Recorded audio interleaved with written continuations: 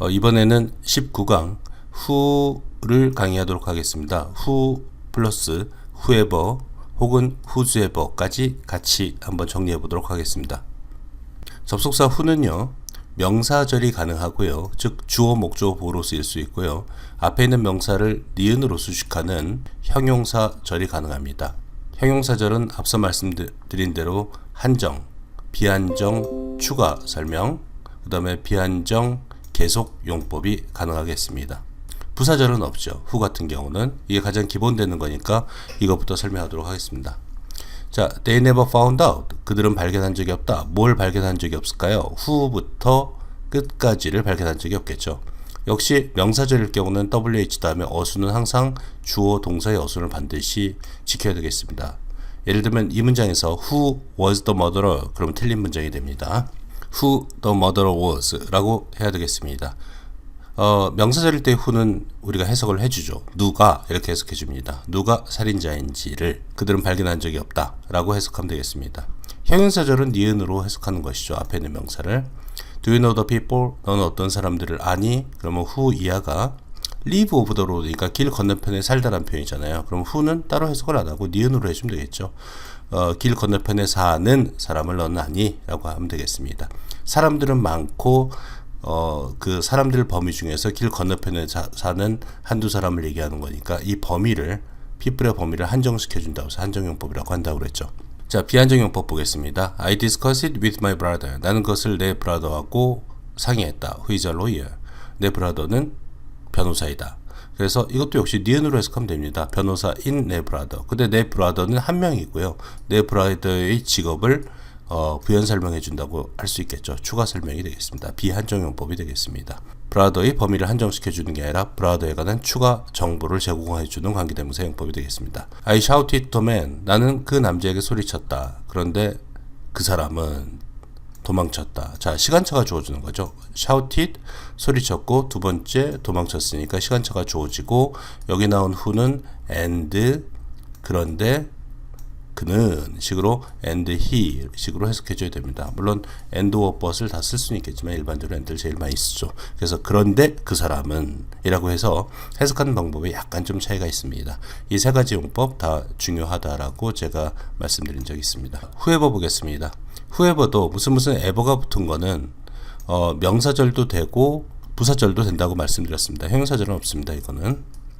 자, 그럼 whoever did this 여기까지가 주어가 되겠습니다. 그러면 anyone who의 의미가 됩니다. 그래서 이것을 한 어떤 사람도 will sooner or later 조만간의 수거죠. 조만간 be caught 잡혀서 will be punished 벌받을 것이다 의 문장이 되겠습니다.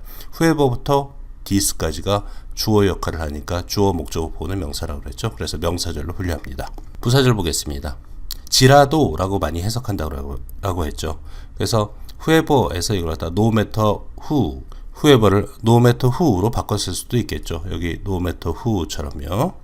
그래서 whoever wins this civil war에서 한번 끊어주죠. 일반적으로. 그래서 who를 해석해줘야 되는 거죠. 누가 이 내전에서 이긴다 할 ever는 지라도 라고 하면 되겠습니다. 지라도.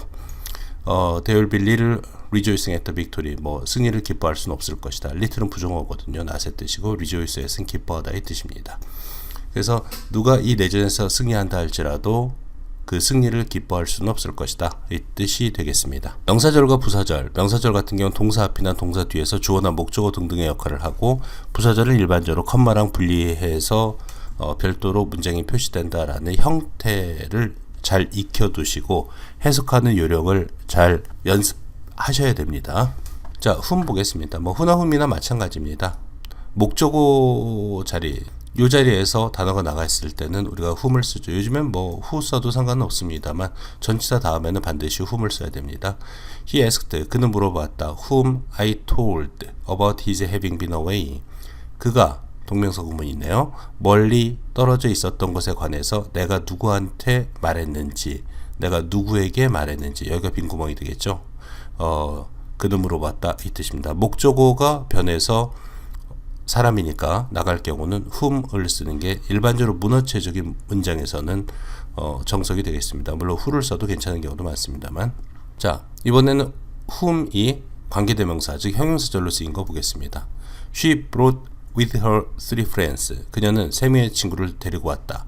그런데 none of whom I had ever met before. 여기가 빈구멍이 되겠죠. 여기가 원래 여기 있던 단어가 그죠? 앞으로 나간 거니까요. 앞으로 나간 거죠.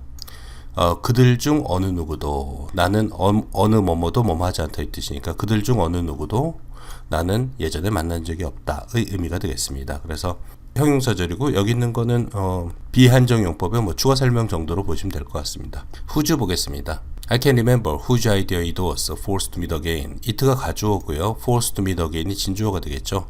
우리가 다시 만나는 것이 was whose idea가 원래는 whose 플러스 명사가 들어올 수 있죠. 원래는 여기 있다가 나간 게 되겠습니다. 그래서 우리가 다시 만나는 것이 누구의 생각이었는지 나는 기억할 수 없다 의미가 되겠습니다. 그래서 whose 이하의 절은 remember의 목적으로 쓰였으니까 명사절이라고 합니다.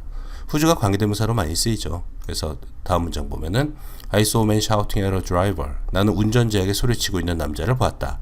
그런데 그 운전자가 어떤 운전자일까요? Whose car was blocking the street.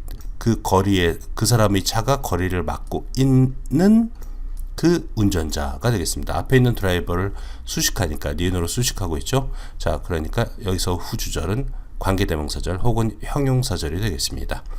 왼쪽은 remember의 목적어니까 후주절이 명사절이 되겠고요. 후주 에버는 뭐 별로 쓰이진 않습니다. 그래서 쓰이진 않는데 그냥 예문 찾기도 좀 힘들어요. 그래서 하나 찾은 거 가지고 하겠습니다. 이론적으로는 명사절도 가능하겠지만은 거의 안 쓰이는 것 같습니다.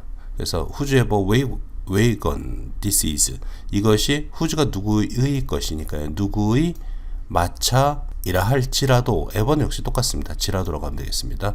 이것이 누구의 마차를 할지라도 get it out of here 여기서 치워라 의 의미가 되겠습니다. 일단 who를 위주로 해서 한번 보시고 독해를 통해서 자기 걸로 만드는 연습을 좀 해보시면 될 것 같습니다. 감사합니다.